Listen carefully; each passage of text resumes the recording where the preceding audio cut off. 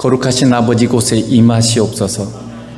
사랑의 손, 능력의 손, 은혜의 손으로 우리를 만져주시고 이 시간 육신의 질병들을 치료해 주시고 정신적인 질병을 치료해 주시고 우리의 마음의 상처들을 만져주셔서 평강을 얻게 하시고 온전케 하여 주시옵소서. 온 마음 다해 온 힘 다해 주님을 찾고 구하는 시간 되게 하시고 주님을 만남으로 말미암아 하늘의 은혜와 사랑과 평강이 생명이 충만히 우리 위에 채워지는 시간 되게 하여 주시고 이 세상에 어떤 일을 당하든지 간에 우리 주님과 함께 세상을 이기고 도리어 그것이 복이 되고 은혜가 되는 그런 삶이 될 수 있도록 성령님 역사해 주옵소서. 이 시간도 주님의 주시는 음성을 듣게 해주시고 주님의 영광과 아름다우심을 깊이 경험하는 귀한 시간 되길 원하옵고 예수님 이름으로 기도드리옵나이다. 아멘. 요한복음을 이렇게 오늘 본문에 보면 계속해서 빌라도는 이방인인 이 빌라도 총독이 예수님은 죄가 없다 이렇게 말하는 것을 우리가 볼 수가 있습니다. 이방인이 보기에도 예수님은 죄가 없었어요. 그럼에도 불구하고 이 대제사장과 유대인들은 예수님을 십자가에 못 박으라고 계속 요구를 하죠. 그리고 알지 못하는 군중들은 또 그 대제사장과 유대인들의 말을 듣고 자기들도 거기에 동참하는 거죠. 그래서 십자가에 못 박으라고 그래서 결국은 예수님을 십자가에 못 박게 됩니다. 근데 그 뒤편에는 사실은 사단이 있었어요. 왜 사람들이 죄 없으신 예수님을 뭐 대제사장이야 나름대로 자기 자리를 지키기 위해서 그렇다지만은 아무 상관없는 사람들이 왜 그들도 예수님을 십자가에 못 박으라고 그랬을까요? 군중 심리도 있고 거기 뒤에는 사단이 지금 사람들의 마음을 몰아가는 거죠. 그래서 사람들이 같이 예수님을 십자가에 못 박아라. 그 뒤에 웃고 있는 사단의 모습이 여러분 눈에 보여야 돼요. 영적인 세계에서 눈에 보이는 세계만 여러분 보면 안 됩니다. 그래서 어쨌든 간에 예수님은 결국 십자가에 못 박히신 거죠. 그래서 이 십자가에 못 박히는 과정 속에서 예수님께서 우리에게 주시는 말씀이 있어요. 그래서 우리의 삶에 예수님의 말씀을 통해서 우리의 삶에서 점검할 것이 무엇인지 이 시간 또 살펴보게 되고 또 십자가를 통해서 하나님의 의중과 심정이 무엇인가 라는 걸 우리가 살펴보는 그런 시간이 됐으면 좋겠습니다. 첫째는 우리는 하나님이 하늘에서 우리에게 주신 것을 알아야 됩니다. 자, 요한복음 10장 오늘 본문에 보면 뒤에 넘겨주세요. 빌라도가 이르되 내게 말하지 아니하느냐 내가 너를 놓을 권한도 있고 십자가에 못 박을 권한도 있는 줄 알지 못하느냐 이렇게 지금 말하고 있죠. 이 빌라도가 예수님에게 하는 말이에요. 예수님에게 너 어디서 왔냐 이렇게 말을 안 하는 거예요. 그러자 빌라도가 내가 너를 놓을 권한도 있고 너를 십자가에 못 박을 권한도 있으니까 나한테 너 잘 얘기해야 돼 이렇게 얘기하는 거죠. 이게 로마에서 파송한 유대의 총독으로서 빌라도가 가진 권한이죠. 빌라도가 이렇게 말하는 것은 어쩌면 당연한 것입니다. 그러나 예수님은 이 빌라도의 말에 대해서 이렇게 대답을 하셨죠. 넘겨주세요. 예수께서 대답하시되 위에서 주지 아니하셨더라면 나를 해할 권한이 없었으리니 그러므로 나를 내게 넘겨준 자의 죄는 더 크다 하시니라. 그러니까 빌라도에게 이 권한을 누가 주셨다고요? 육신의 세계에서는 로마 황제가 준 거예요. 근데 예수님은 하늘에서 위에서 하나님이 주셨다 이렇게 말씀하는 거죠. 하나님께서 너에게 그 권세를 주었기 때문에 이게 가능한 거다 이렇게 말씀하는 거죠. 그러므로 이 권한은 빌라도가 가진 이 권세는 총독의 권세는 로마 황제가 준 것이 아니라 하나님 아버지께서 주신 거라는 거죠. 그리고 예수님을 죽일 그런 권한도 마찬가지로 하나님이 허락하셨기 때문에 이게 가능한 거다 이렇게 말씀하는 거예요. 여기에서 우리가 우리의 삶에서 점검할 게 있어요. 여러분 우리가 가진 권세, 우리가 가진 힘, 우리가 가진 시간, 우리가 가진 재능 이 모든 것이 여러분 어디서 온 것일까요? 여러분이 노력해서 얻은 것입니까? 제가 그 직장 생활할 때 한 30대 중반이 좀 제가 넘어 후반이었을 때 거기 30대 중반 정도 되는 직원이 있었어요. 그 친구가 하는 얘기를 하다가 보니까 이가 굉장히 튼튼하더라고요. 그 친구가. 근데 자기가 그 나이 때까지 별로 이를 안 닦았다는 거예요. 어쨌든 하루에 한 번도 제대로 안 닦고 이렇게 살았다는 거예요. 근데 이가 하나도 안 썩었어. 굉장히 튼튼한 이를 가졌더라고요.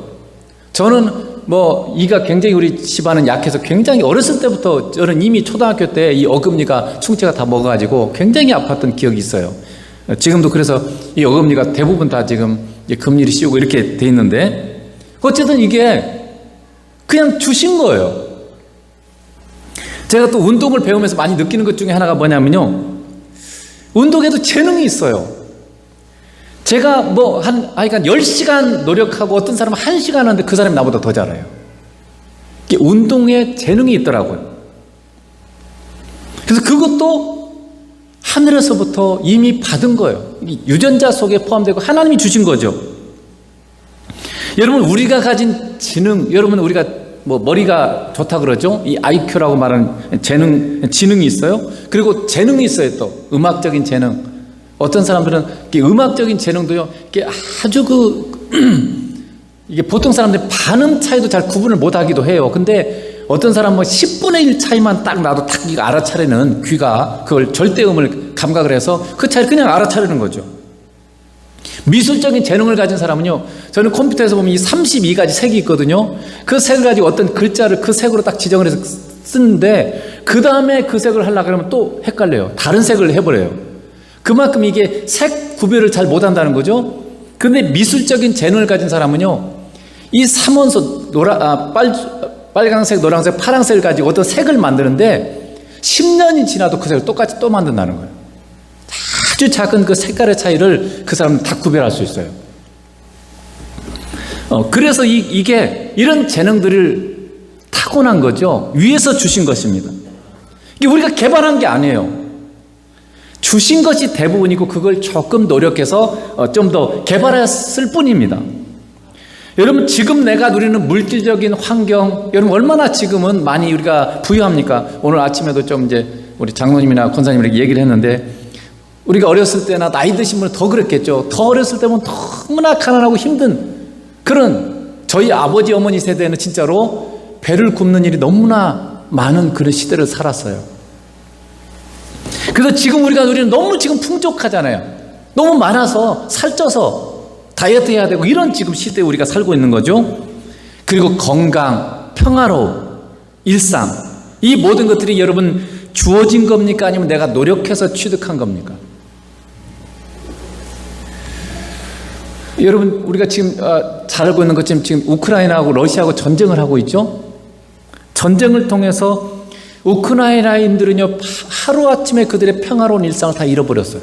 언제 죽을지 몰라요. 언제 러시아의 미사일이 그들에게 떨어져서 죽을지 모르는 그런 상황을 지금, 그러니까 하룻밤을 잠에 있어서 아마도 오늘 밤이 마지막이 될 수도 있는 그런 지금 삶을 계속 살아가고 있어요. 그러니까 하루하루가 너무나 지금 불안하고 언제 죽을지 모르는 그런 지금 상황 가운데 있는 거죠. 가족을 잃어버리고 또 평생 모으는 재산이 하루아침에 그냥 아파트 그냥 다 날아가 버려요. 예를 들어 우리나라 같은 서울에 뭐 20억 주고 평생 노력해서 이렇게 벌어서 아파트 한 채 샀는데 그냥 미사일로 다 날아가 버리고, 그런 사람들이 지금 수없이 많은 거죠. 그렇게 된 것이 이 우크라이나 사람들이 우리보다 노력을 하지 않아서 또는 지혜가 없어서 그렇게 된 건가요? 그렇게 된 게 아니죠. 그래서 하나님은 뒤에 말씀을 하시죠. 넘겨주세요. 사도행전 10장 28절에 보면 쉬운 성경에 우리는 하나님 안에서 살고 있고 하나님 안에서 움직이며 존재하고 있습니다. 이게 무슨 말이죠? 우리는 하나님 때문에 지금 살고 있어요. 내가 살아가는 거, 이게 지금 하나님의 은혜라는 거죠. 하나님이 나를 보호해 주시고 하나님께서 내게 은혜를 공급해 주셨기 때문에 살아가는 거예요.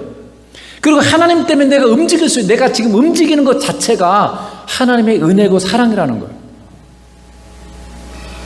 그리고 나의 존재 자체가 하나님의 은혜입니다. 여러분이 이 땅에 태어나기로 결정했어요? 이 시대에 태어나기로 결정했습니까? 내가 이런 아버지 어머니 밑에서 태어나야 되겠다, 여러분이 결정한 거 아니잖아요. 내가 남자로 태어날지 여자로 태어날지 여러분 내가 결정한 거 하나도 없어요. 내 모습도 결정하지 않았고 그리고 내 성격도 내가 결정하지 않았어요. 그냥 이게 주어진 거예요. 그러니까 하늘에서부터 위로부터 내게 주어진 것입니다. 그러니까 하나님의 보호하심과 공급하심이 없이는 우리가 가진 모든 것을 하루아침에 다 잃어버릴 수밖에 없고 아무것도 우리는 가질 수 없어요.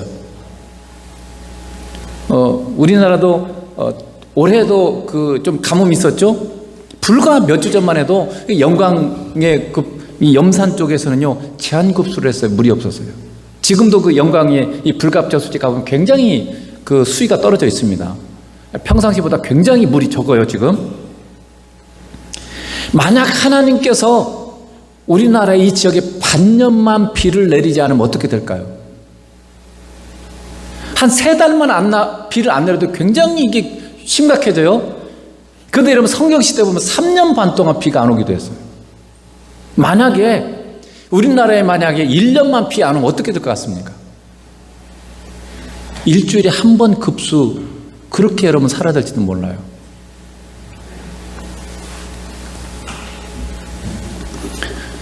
여러분 어떤 사람들은 하나님께서 그러니까 우리에게 이것을 해주시잖아요. 우리의 일상이 심각하게 제한을 받는 거예요. 내가 누리는 모든 것들이 너무나 심각해지는 것을 우리가 발견할 수 있습니다. 어떤 사람은 심각한 사고로 하루아침에 누리던 모든 건강과 평안함을 잃어버리고 지극히 힘든 삶을 사는 사람들도 있습니다. 자기가 그런 사고를 당하기를 선택했을까요? 아니면 자기 능력으로 그걸 피할 수 있었을까요? 우리는 그럴 수 없어요. 우리는 이런 어려움들을 당하지 않으면 마치 내 능력으로 내가 누리는 모든 것을 내가 얻은 것이라고 빌라도처럼 생각하는 거. 이게 내가 가진 권세다, 내 거다, 이렇게 생각하는 거죠. 여러분이 건강한 것이 주님이 건강을 주셨고 지켜주셨기 때문임을 여러분 믿습니까? 그걸 잃어보면 그때 알아요. 내가 그렇게 노력을 했는데도 병에 걸리고, 그 사람 노력 안 해서만 걸리는 게 아니에요. 노력해도 걸려요. 여러분이 지금 누리는 지금의 삶에 먹을 것, 입을 것, 살 것, 모든 것이 다 주님이 그렇게 할 수 있도록 여러분 주셨음을 믿습니까? 이걸 깨닫는 자가 복이 있어요. 믿음 안에서 정말 하나님이 모든 것을 내게 주셨다는 것을 아는 사람이 복이 있습니다. 주님이 십자가의 길을 가는 그 순간에 빌라도에게 그걸 말씀하는 거예요. 네가 가진 것은 바로 하나님이 주신 거야. 위에서 주신 거야. 우리도 마찬가지로 우리가 가진 모든 것은 바로 하나님이 우리에게 주셨기 때문에 내가 지금 누리고 이 모든 것을 누릴 수 있는 거죠. 네가 가진 지위와 모든 것은 하늘 아버지께서 너에게 주셨기 때문에 가능한 것이다. 이렇게 주님이 말씀하는 거죠. 하늘 아버지께서 우리에게 모든 것을 주셨다는 것을 우리가 믿는다면 그 다음에 어떤 질문을 해야 되죠? 그걸 어떻게 사용해야 됩니까? 하늘 아버지는 그것을 우리가 어떻게 사용하시기를 원하십니까? 이런 질문을 우리가 던져야 되는 거죠. 만약에 여러분 우리가 믿음으로 내게 주신 모든 것이 하나님의 은혜라 여러분이 그렇게 여긴다면 그럼 하나님 이걸 내가 어떻게 사용하기를 원하십니까? 이 질문을 여러분 반드시 던져야 돼요. 그랬을 때 뒤에 넘겨주세요. 디모데전서 6장 10절에 보면 선을 행하고 선한 사업을 많이 하고 나눠주기를 좋아하며 너그러운 자가 되게. 너그러운 자가 뭐냐면요, 아낌없이 인색하지 않게 하는 거예요. 이것이 장래에 자기를 위해 좋은 터를 쌓아 참된 생명을 취하는 것이니라. 여러분 선한 일 많이 하십니까? 많이 나누십니까? 하나님이 여러분이 주신 것을 많이 나누세요? 시간도 그렇고 재능도 그렇고 돈도 그렇고 많이 나누시냐고. 지금 하나님께서 그렇게 우리에게 말씀하는, 이렇게 하는 게 뭐라고요? 장래에 자기를 위해서 좋은 터를 쌓는다. 그러니까 내게 하늘의 영원한 영광스러운 것을 거둘 수 있도록 지금 하는 게 바로 뭐냐면 이거예요. 내가 이 땅에 사는 삶 동안에 주님의 인도하심 가운데 내가 많이 베풀고 나누고 이게 사랑으로 나누는, 이게 지금 뭐예요? 하늘의 영원한 좋은 터를 쌓는 거예요. 하늘의 영원한 것을 내가 쌓고 가지게 되는 하나님의 보상을, 하나님께 주실 영원한 상급으로 이게 지금 이게 우리에게 남는 거예요. 그리고 이것이 바로 뭐라고요? 참된 생명을 취한다는 게 뭐냐면 영원한 생명을 가진 사람들의 삶이라는 거예요. 그래서 여러분 하늘아버지께서 우리에게 주신 모든 것들을 여러분 우리만 아니라 이웃을 사랑하는데 사용하시도록 하나님 우리에게 주신 것이고 맡기신 거예요. 주셨을 뿐만 아니라 여러분 맡겼어요. 책임이에요. 책임. 내가 가진 모든 것은 책임입니다. 하나님 내게 맡겼어요. 이 사랑으로 베푸는 삶이 천국의 상급을 사는 좋은 상급이 되고 영원한 삶임을 주님 우리의 지금 바울을 통해서 이렇게 말씀하고 있는 거죠. 그러므로 여러분 하나님이 주신 것을 여러분 어떻게 사용해야 돼요? 첫째는 여러분이 가진 것을 먼저 주님께 드리세요. 주님이 기뻐하는 것에 드리라고 그랬죠. 20 뒤에 넘겨주세요. 마태복음 22장에 21절에 이렇게 되죠. 이르되 가이사의 것입니다. 이에 이르시되 그런즉 가이사의 것은 가이사에게, 하나님의 것은 하나님에게 바치라. 지금 사람들이 찾아 예수님을 시험했어요. 가이사에게 세금을 바치는 게 맞습니까? 바치지 않는 게 맞습니까? 이렇게 질문을 던졌을 때 예수님께서 그러면 로마의 화폐를 한번 내게 보여주라. 그런데 거기 가이사의 그림이 그려져 있어요. 그때 예수님께서 하신 말씀이에요. 가이사의 것은 가이사에게, 하나님의 것은 하나님에게. 그러니까 이 가이사에게 뭡니까? 나라의 세금 여러분 내야 되잖아요. 세금 내라는 거예요. 내가 내야 될 세금 여러분 내야 됩니다. 세금을 안 내려고 하면 안 돼요. 마땅히 내야 될 세금 당연히 내야 돼요. 기쁨으로 내야 됩니다. 그럴 뿐만 아니라 하나님의 것은 하나님께 바쳐야 돼요. 뭐가 하나님 겁니까? 여러분 가진 것 중에 뭐가 하나님 거예요? 사실은 전부가 하나님 거예요. 신약시대에 와서는요, 하나님이 예수님의 피값으로 나를 사셨기 때문에 내가 가진 전부가, 내 목숨뿐만 아니라 내 육신까지 전부가 다 하나님 거예요. 그것을 구약시대에는 또 신약시대에 와서도 예수님 말씀하셨죠. 11조를 드려라. 이게 뭐냐면 이게 하나님 건데 내가 하나님 것을 드립니다니 고백이에요. 어떤 고백이에요? 이게 그냥 의무감으로 드리는 게 아니에요. 왜 11조 우리가 하냐면 이것은 하나님이 내게 주셨기 때문에 내가 이 모든 걸 누리고 있습니다는 믿음의 고백이에요. 굉장히 중요한 고백이에요. 교회가 이러면 어떤 사람들은 돈을 너무 많이 요구하고 이렇게 해서 막 실족하는 사람이 많습니다. 그러나 여러분, 하나님께서 왜 그렇게 정하셨을까요? 너에게 지금 주어진 모든 것이 하나님으로부터 네가 받았음을 내가 믿음으로 하나님께 고백하는 행위가 뭐냐면 11조를 드리는 거예요. 11조만 아니라 하나님께 주신 많은 것들에 또 감사는 감사 예물을 드릴 수 있고, 이런 것들이 바로 하나님 것을 하나님께 드리는 거예요. 시간적으로도 내가 시간을 거룩하게 구별해서 이렇게 주일날 여러분 예배 드리는 게 뭐예요? 하나님께 이 시간을 드리는 거예요. 하나님 것을 하나님께 드리는 거예요. 그것도 이 예배 시간을 딴 일 하면 어떻게 되는 거예요? 하나님 것을 내가 도적질하는 거예요. 물질뿐만 아니라 시간도 예배를 주일 예배를 빼먹는 것은 하나님의 것을 도적질하는, 실제로 보면 우리의 시간을 하나님이 주셨기 때문에 이 시간을 내가 마음대로 써버리면 그것도 하나님의 것을 도적질하는 거죠.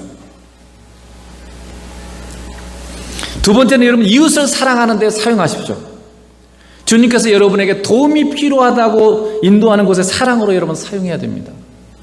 내게 뭔가 보여졌다. 어려운 사람들이 보여지고 어떤 어려운 상황의 처한들이 내게 들려졌어요. 그게 뭘 의미합니까? 물론 우리가 다 도와줄 수는 없어요. 그러나 우리가 주님 안에 있으면 내 마음에 감동이 일어나는 곳이 있어요. 그런데 여러분 주님과 동행하지 않으면 감동이 안 일어나요. 감동을 줘도 응답 자꾸 여러분이 순종을 안 하면 감동이 그 다음에 안 옵니다. 무디어져요. 심령이 딱딱해져요. 그래서 들리질 않아요. 내가 자꾸 주님과 동행하고 자꾸 순종하기 시작하면 점점 예민해지고 잘 들을 수 있는데, 주님이 말씀하신 내가 자꾸 거부하고 불순종하자 그러면 점점 좀 딱딱해져요. 나중에 안 들려요. 그래서 여러분, 돈이든 시간이든 봉사든 주님께서 여러분에게 보여지게 만드시고 들리지게 만드시고, 그래서 그것을 여러분, 주님께서 여러분 안에 감동을 주셔서 그 사람을 도와주라, 이런 어떤 마음이 생겼을 때 그때 여러분 순종해야 됩니다. 아깝다고 귀찮다고 안 하면 안 됩니다. 그렇게 하는 게 뭐라고? 하늘의 영원한 상급이 되고 영생에 합당한 그런 삶을 우리에게 얘기해 주고 있죠. 그리고 마지막에 여러분, 자신과 가족을 위해 사용하세요. 하나님 우리에게 주신 것은 우리를 위해서 사용하도록 주신 것입니다. 하늘 아버지께서는요, 여러분은 고생하고 남만 돕고 자기는 막 힘들고 막 이렇게 누리지 못하고 남만 도와주는 그런 삶을 살기를 원하지 않으세요. 하나님 여러분 아버지잖아요. 부모가 자식이 막 아무것도 누리지 못하고 자기가 다 주고 자기는 막 고생하고 이렇게 사는 걸 부모가 원할까요? 그렇지 않습니다. 하나님께서 원하시는 것은 율법적으로 그런 삶을 살라고 하신 것이 아니라 자원함과 감사와 사랑으로 하기를 원하세요. 여러분, 행복한 사람이 다른 사람을 행복하게 해줘요. 그렇지 않을까요? 그러니까 내가 주님의 풍성함을 내가 누릴 때 다른 사람을 풍성하게 해줄 수 있습니다. 이게 균형이에요. 그런데 마치 내가 누리는 모든 것이 내 것인 양 나만 누리려고 하는 것은 결코 주님을 기쁘시게 할 수 없어요. 그것을 주님 주신 하나님의 의중을 헤아려 드리는 삶이 되지 못하는 것이죠. 그래서 여러분, 나도 누릴 수 있어야 돼요. 왜냐하면 나도 내 가족도 내가 사랑해야 되는 거예요. 사랑의 대상이 전부예요. 내 가족도 사랑해야 돼요. 그럴 뿐만 아니라 이웃도 사랑해야 돼요. 그러니까 사랑으로 이게 주님 안에서 이게 하는 겁니다. 두 번째로는 하늘의 왕을 인정하라고 되어 있습니다. 뒤에 넘겨주세요. 오늘 본문에 보면 그들이 소리지되 없이하소서 없이하소서 그를 십자가에 못 박게 하소서. 빌라도가 이르되 내가 너희 왕을 십자가에 못 박으랴. 대제사장이 대답하되 가이사 외에는 우리에게 왕이 없나이다. 빌라도가 유대인들에게 지금 말한 거죠. 내가 너희 왕을 십자가에 못 박으랴 이렇게 질문했는데 대제사장이 뭐라고 했어요? 가이사 외에는 우리에게 왕이 없습니다. 대제사장이 누구예요? 대제사장이 뭐 하는 사람이죠? 하나님을 가장 가까이서 모시는 사람이에요. 백성들의 죄와 이런 것들 다 하나님 앞에 회개하고 하나님 앞에 제사를 드리고 하나님을 섬기고 이런 사람이 바로 대제사장, 하나님과 가장 가까운 사람, 하나님을 가장 가까이서 섬기는 사람이에요. 그런데 그런 그가 하나님이신 예수님을 왕으로 인정하지 않아요. 그리고 세상 왕인 로마의 가이사는 시저죠, 시저. 황제를 말해요. 로마의 황제. 로마의 황제만이 나에게 왕입니다. 이렇게 고백하고 있습니다. 제가 이 말씀을 읽었을 때, 하나님의 심정으로 읽었을 때 하나님이 가장 슬퍼했던 장면이었을 것 같아요. 예수님을 인정하지 않고 예수님 왕으로 받아들이지 않고 세상의 주인을, 세상 사람을 자기의 왕으로 인정하는 그런 지금 가장 가까이서 하나님을 섬기는 사람이 지금 하나님을 왕으로 인정하지 않고 세상의 왕을 왕으로 인정하는 그런 모습을 지금 보이는 거죠. 여러분, 근데 그게 지금 대제사장에만 그런 것 같습니까? 여러분 혹시나 주님 말고 세상의 다른 사람이나 다른 것을 주인으로 여러분 섬기고 있지 않습니까? 내 삶의 왕, 내 삶의 주인. 돈이 내 삶의 주인이고 성공이 주인이고 건강이 주님처럼 우리의 삶에서 그런 것들이 나를 풍성하게 해줄 것처럼 생각하고 그런 것을 추구하는 삶을 여러분 살아오고 있지 않습니까? 그게 바로 그것이 나의 왕이에요. 그것이 나의 주인이에요. 그래서 신약시대에 와서는 탐욕이 뭐라? 탐욕이 우상숭배다. 내 욕심, 내가 원하는 것이 주님이 돼가지고 그것만을 위해서 사는 인생이 바로 우상숭배예요. 그래서 마치 그런 것들이 없으면 살지 못할 것처럼 여러분 생각하지 않습니까? 돈 없으면 못 살아. 많은 사람들이 하는 말이죠. 돈 없으면 못 살아. 건강 없으면 못 살아. 시편 그 다음에 넘겨주세요. 여러분이 잘 아는 것처럼 시편 23편은 우리가 너무나 잘 알고 외우는 거죠. 여호와는 나의 목자시니 내게 부족함이 없으리로다. 예수님이 나의 목자이기 때문에 나는 원하는 게 없습니다. 이런 고백이에요. 영어에 보면 wanted라고 되어 있어요. 나는 주님 말고는 원하는 게 없어요. 그런 고백이에요. 근데 이 시편 기자가 이렇게 고백을 했을 때 평안한 삶만 있었던 것라든지 아니면 원수는 없고 좋은 친구만 있었던 게 아니에요. 여기 지금 봐보세요. 중간에 보면 내가 사망의 음침한 골짜기로 다닐지라도, 이게 무슨 말이에요? 도저히 살 수 없는 그런 환경 속에서 내가 다닐지라도 이렇게 얘기하고 있는 거죠. 그 다음에 주께서 내 원수의 목전에서, 원수가 있었어요. 친구만 있었던 게 아니에요. 그런데 지금 이 시편 23편의 기록자가 누구예요? 다윗입니다. 다윗. 이 다윗이 여러분 아는 것처럼 10년 동안 사울 왕이 다윗을 죽이려고 그렇게 쫓아다녔어요. 단 하루도 평안히 잔 적이 없어요. 어떻게 보면. 그래서 다윗이 이렇게 고백하죠. 죽음과 나 사이는 한 걸음밖에 안 된다. 언제 죽을지 모르는 그런 상황에 있으니까 다윗은 항상 하나님 앞에 기도할 수밖에 없어요. 언제 사울왕이 자기를 찾아서 누가 신고해버리면 사울왕이 배상금도 주고 돈도 주고 지위도 올려주니까 발견한 사람마다 다 가서 신고해버린 거예요. 그러니까 언제 죽을지 모르는 상황이기 때문에 항상 하나님 앞에 기도하고 하나님을 찾을 수밖에 없어요. 하나님의 보호하심이 아니면 하루도 살 수 없는 그런 삶이었어요. 그렇게 사망의 음침한 골짜기를 몇 년 동안 산지 아세요? 10년 이상 그렇게 살았어요. 계속 죽음 앞에서. 뿐만 아니라 여러분, 자기 아들이었던 압살롬, 셋째 아들이죠. 압살롬이 반역해가지고 쫓겨났어요. 그리고 자기 아버지 죽이려고 쫓아왔어요. 전쟁을 일으켰어요. 그래서 죽을 뻔한 어려운 삶을 살았습니다. 그럼에도 불구하고 그 위험한 상황에서 하나님이 지켜주시고 위로해 주셨어요. 하나님이 지켜주시니까 사울왕이 그렇게 죽이려고 해도 절대 죽일 수가 없는 거죠. 그리고 그 속에서 진짜 하나님의 위로가 있고 넘치는 풍성함을 주셨다고 지금 고백하고 있잖아요. 여기 지금 그래서 해를 두려워하지 않으면서 주께서 나와 함께 하십니다. 주님이 나와 함께 하시니까 결코 이 사망의 음침한 골짜기 죽을 것 같은 이 상황이 나를 어떻게 해볼 수 없다는 것을 계속 경험하는 거죠. 그리고 그 속에서 주의 지팡이와 막대가 나를 안위하나이다. 나를 위로해 주시고 나를 평안을 주시고 또 주께서 내 원수의 목전에서 내게 상을 차려주시고 기름을 내버려 부으셨으니 내 잔이 넘치는 흘러 넘치는 은혜가 있었다는 거죠. 풍족하다는 거죠.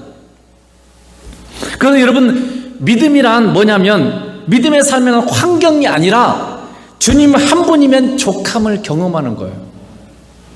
우리가 세상 살 때 나는 주님 말고 돈도 좀 있어야 되고 뭐 이게 뭔가 다른 것이 있어야만 살 것 같은데 믿음의 삶은 뭐냐면 하나님이 우리를 이 곤란과 어려움 가운데 집어넣으셔서 환경이 아니라 주님 그분만 있으면 된다. 그분이 모든 것 되심을 나로 경험하게 하시고 깨닫게 하시는 게 이게 중요한 믿음의 삶이라는 거죠. 주님이 모든 것의 주인이시고 모든 것의 공급자이심을 분명히 우리로 깨달아 알게 하시고 경험하게 하는 거예요. 하나님께서. 주님이 그토록 사랑하시는 우리가 주님이 아니라 세상 것을 마치 주님처럼 사랑하는 것을 주님은 원하지 아니하십니다. 뒤로 넘겨주세요. 요한일서 2장 15절에 쉬운 성경이 있습니다. 이 세상과 세상에 속한 것들을 사랑하지 마십시오. 필요합니다. 세상에서 돈도 필요하고 먹을 것도 필요하고 집도 필요해요. 필요하다는 것과 사랑하는 건 달라요. 하나님이 그래서 필요한 것들을 공급하시겠다. 하나님도 아세요. 그래서 들의 백합화를 보라, 공중에 나는 새를 보라. 그것들 다 하나님 먹이시지 않나. 그러니 나도 너에게 먹여주겠다. 걱정하지 마라. 이렇게 하잖아요. 그러나 사랑한다는 게 뭡니까? 그것에 집착하고 그것을 추구하고 그것을 내 인생을 걸고 그거 없으면 못 살 것 같고 이런 것을 사랑한다 그래요. 그래서 여러분 예수 믿는 사람은 세상 것을 사랑하면 안 됩니다. 우리는 주님을 사랑하고 주님을 목표로 하고 주님을 추구하는 사람이지 세상 것을 추구하는 사람이 아니에요. 이게 믿음의 삶인 거죠. 심지어 여러분 부모나 자녀마저도 주님보다 더 사랑해서는 안 돼요. 그 뒤에 넘겼어요. 마태복음 10장 37절은 아버지나 어머니를 나보다 더 사랑하는 자는 내게 합당하지 않느냐고 아들이나 딸을 나보다 더 사랑하는 자는 내게 합당하지 아니하다. 여러분 이 말씀은 예수님께서 여러분 부모나 자녀를 사랑하지 말란 말이 아니에요. 주님보다 더 우선시하고 주님보다 더 사랑하는 것은 주님께 합당하지 않아요. 부모나 자녀도 주님 안에서 사랑해야 이게 믿음이에요. 하나님을 기쁘시게 하는 겁니다. 주님 안에서 사랑하지 않으면 그냥 육신적으로 사랑하는 육신적인 삶이에요. 그건 믿음과 아무런 상관이 없습니다. 주님은 우리의 모든 삶과 관계에서 주인이고 왕이길 원하십니다. 그래서 부모 자녀 관계 속에서도 예수님이 여전히 주인이시고 예수님이 왕이어야 돼요. 모든 내가 직장에서 관계, 사람들과의 관계 속에서도 주님이 왕이셔야 돼요. 주님이 원하는 대로 내가 거기서 해야 돼요. 주님을 찾고 구하면서 주님이 어떻게 하길 원하시는지 내 생각대로 내 방식대로 이렇게 해야 내가 세상에서 도움이 되고 성공할 것 같으니 그런 식으로 하는 게 아니에요. 모든 우리의 삶, 모든 관계를 바로 주님이 주인 되시고 주님이 왕 되도록 그게 바로 믿음의 삶인 거죠. 그래야만 우리의 모든 삶과 관계에 천국이 이루어지고 진정한 사랑이 흘러가는 그런 관계가 되는 거예요. 오은영 씨가 나오는 그 금쪽 같은 레시피가 있죠. 최근에 그 프로그램 지금 6살 먹은 아이가 계속 엄마의 젖을 먹는 거예요. 여러분 먹으면 돼요? 안 돼요? 6살이나 먹었는데. 근데 계속 먹는 거예요. 그것 때문에 그 문제 때문에 왔어요. 절대 젖을 안 주려고 그러도 끊임없이 달라 그러고 그러니까 또 주고 이렇게 해서 그래서 그 엄마가 자녀를 사랑하기 때문에 계속 주는 거예요. 그런데 이게 치아가 문제가 생겨 계속 이게 모유를 먹게 되니까 또 영양분도 부족하게 되고 치아도 막 틀어지고 이상하게 되고 그리고 엄마가 없으면 불안감을 견디지 못하고 항상 엄마가 옆에 붙어 있어야 되고 그때 이제 그 오은영 씨의 오은영 박사의 그 치유법 해결법이 뭐냐면 잘못된 사랑 때문에 아이의 건강을 잃을 뿐만 아니라 아이의 독립심을 잃어버린다. 전부 부모를 의존하기, 이게 모유를 띄어야 되는 이 약간의 고통스러운 시간이 있겠죠. 그 고통스러운 시간을 극복하지 못하고 계속 그걸 붙들어 두도록 이렇게 하면 조그만 어려움이 있어도요, 그걸 극복하지 못하게 된다는 거예요.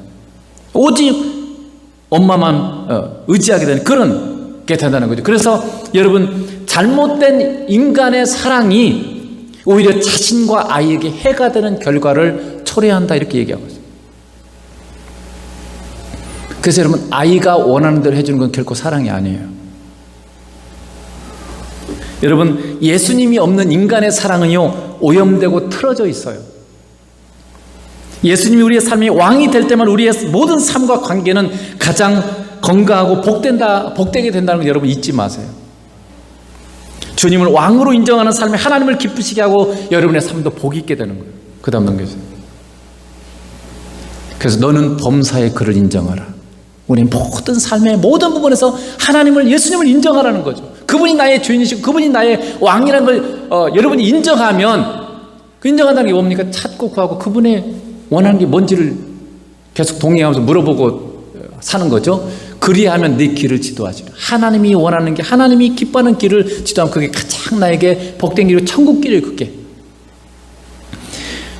마지막으로 여러분, 빌라도가 부하 군인들 통해서 예수님을 가죽 채찍으로 채찍질 하셨죠. 뒤로 넘겨주세요.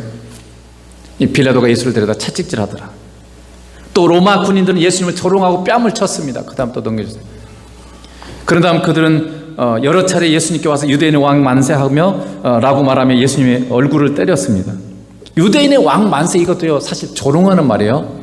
그 예수님에게 가시 면류관을 씌웠잖아요. 이 가시 면류관이 뭐냐면요, 사실 왕처럼 왕관을 씌워준 거예요. 근데 그 모양만 낸 거죠. 가시로 아주 피를 흘리게 만들면서. 그렇게 하고 자색 옷이 뭡니까? 왕들이 입는 자색 옷은 굉장히 사실은 비싼 옷으로, 그런 의미예요. 근데 예수님이 입은 옷은요, 죄수복 같은 아주 허름한 옷이에요. 근데 색깔만 자색 옷인 거죠.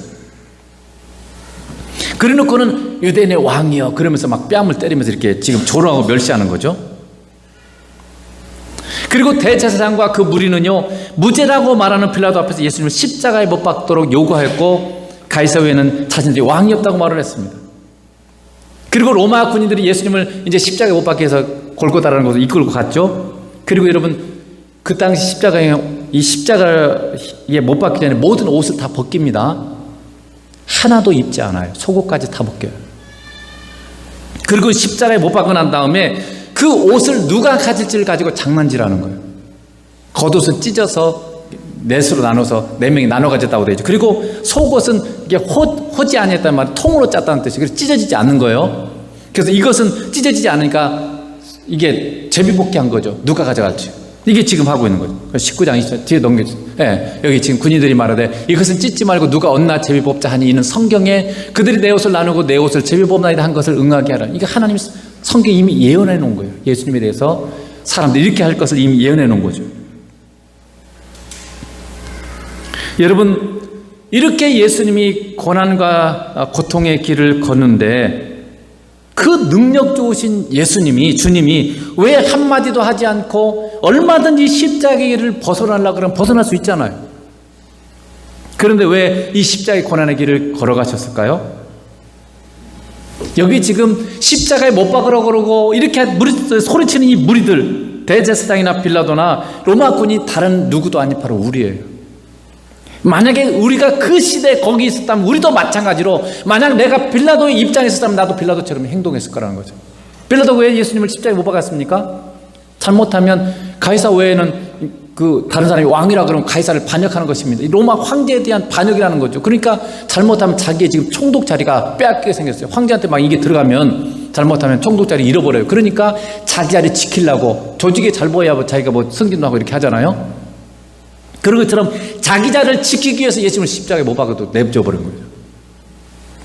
대제사장도 마찬가지죠. 사람들이 예수님을 자꾸 쫓아가니까 자기가 누렸던 모든 그런 어떤 칭찬과 명성과 이걸 다 지금 예수님한테 가니까 지금 빼앗기게 생겼어요. 그러니까 예수님을 없애버려야 다시금 사람들이 자기를 존중해주고 자기에게 오게 되는 거죠. 그래서 자기의 이 욕심과 자리를 지키기 위해서, 명예를 지키기 위해서 지금 예수님을 어쨌든 없애버리려고 하는 게 지금 대제사장과 그 무리들인 거죠. 그러니까 그리고 나머지 무리들은 아무것도 모르고 그냥 자기 죄 때문에 군중 심리로 사단의 이 영적인 세계에서 이 사단이 막 조종하니까, 그러니까 뭣도 모르고 사람들이 그렇게 말하니까 자기도 따라서 얘기하는 거예요. 여러분, 우리가 유행 왜 따라갑니까? 왜 여러분 문화를 따라가죠? 뭣도 모르고 따라가는 거예요. 그 문화와 그런 것 뒤에 배경에는 다 사상이 있어, 뭔가 중요한 것들이 다 있는데 우리는 그게 뭔지도 몰라요. 그냥 따라가는 거예요. 남들 하니까 왠지 뒤처지는 것 같고 뭔가 외톨이 되는 것 같고, 그러니까 그냥 따라가는 거예요. 분별력이 없어요. 그러니까 예수님 당시에 이 무리들이나 우리가 똑같은 거예요. 내가 거기 있어, 우리 똑같이 그 일을 행하고 있는 거죠. 우리는 지금도 마찬가지예요. 우리는 예수님을 하나님으로 받아들이지 않고 살았고, 믿는 지금도 얼마나 여러분 주님이 내 삶의 주인 되심을 거부하고 여러분 살아가고 있습니까? 그렇지 않나요? 지금도 얼마나 많이 주님이 안 계신 것처럼 그렇게 여러분 죄를 범합니까? 자신을 모욕하고 때리고 십자가에 못 박는 이들을 바라보시는 주님의 눈빛은 여러분 어떨 것 같아요? 여러분 상상을 해보세요. 주님이 십자가에 못 박혀서 사람들을 바라보시는 주님의 눈빛을 여러분 한번 상상해 보세요. 십자가에 못 박힌 다루스 사람도 못 박혔잖아요. 십자가에 못 박힌 사람 세상을 저주했어요. 말로 할 수 없는 저주의 욕을, 막 쌍욕을 도저히 들을 수 없는 그 고통을 때문에 막 저주하고 세상을, 자기를 십자가에 못 박고 이런 사람들 얼마나 욕을 했는지 몰라요. 말할 수 없는 저주를 한 거죠. 그래서 그 사람들처럼 예수님도 증오의 빛으로 사람들을 바라보고 있을까요? 아니면 포기의, 절망과 포기의 눈빛이었을까요? 제가 주님의 심정으로 이렇게 읽었을 때는 한없이 슬픔과 안타까움의 눈빛이었을 것 같아요. 사람들을 바라볼 때 아무것도 알지 못한 채 사단의 미혹을 받고 자기 욕심을 따라 멸망의 길을 지금 아무것도 모르고 걸어가는 거죠. 아버지여, 저들이 하는 것을 저들이 알지 못합니다. 우리는 뭘 하는지도 몰라요. 내가 지금 무슨 짓을 하는지, 이 결과가 뭔지조차도 우리는 전혀 알지 못하는 거죠. 저들의 죄를 용서해 주십시오. 그렇게 누가복음 기록되어 있죠. 그래서 그 사람들 향해 사랑을 담은 슬픔과 안타까움의 눈빛을 가지고 있었을 것입니다. 왜 주님은 이렇게 도저히 용서할 수 없는 최악의 못된 짓을 하는 인간들을 위해서 십자가 여러분 못 박혔을까요? 십자가를 통한 그분의 의중과 심정은 뭘까요? 그것을 저는 이렇게 느낍니다. 네가 아무리 타락하고 악을 행해도 나는 너를 포기할 수 없어. 나의 생명을 바쳐서라도 나는 너를 건져낼 거야. 너는 내게 목숨보다 소중한 존재고 나의 생명보다도 내가 너를 더 사랑하는 존재야. 그렇게 우리에게 말씀해 주고 계십니다. 여러분, 주님의 그 사랑이 느껴지고 주님의 사랑의 음성이 들립니까? 그냥 이 말씀을 읽을 때 그냥 문자로 읽으면 안 돼요. 그 속에 들어가야 되고, 상황 속에서 하나님의 마음이 어떤지 그런 것들 여러분이 같이 이게 사귐 성경 읽기예요. 그 속에는 사람들의 심정, 사람들의 마음이 뭔지를 읽어내고, 그렇게 왜 행동하는지를 그거 읽어내고, 그리고 그 속에서 하나님이 그렇게 하나님의 그 마음, 심정을 읽는 게 그게 이 사귐 성경 읽기. 근데 그냥 문자로만 읽는 거죠. 우리의 어떤 더럽고 추악한 모습에도 포기하지 않고 우리를 만나고 싶어 하시고 사랑하시는 그분의 마음을 여러분 아십니까? 또 경험해 본 적 있습니까? 이 놀라운 주님의 사랑을 믿고 받아들이고 그분과의 사랑을 이 땅과 천국에서 영원히 누리면서 그 복을 사람과 나누는 그런 복된 삶이 되시길 주님으로 축복합니다. 기도하겠습니다.